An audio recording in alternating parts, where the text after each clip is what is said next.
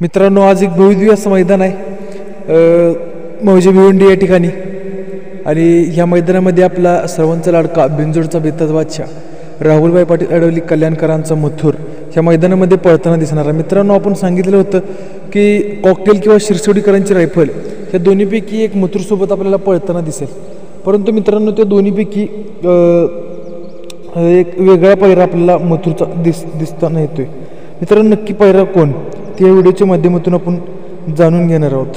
चालू सीझनला आपण पाहतोय की मथुर जाईल त्या मैदानामध्ये गुलालासाठी पात्र होतोय।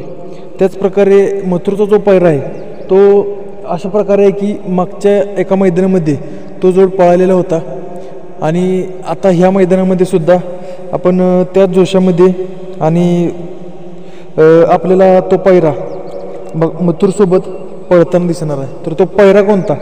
तर तो पैरा म्हणजे गुरु। मित्रांनो, गुरु आणि मथुर एका मागच्या मैदानामध्ये आपण पळताना पाहिले होते।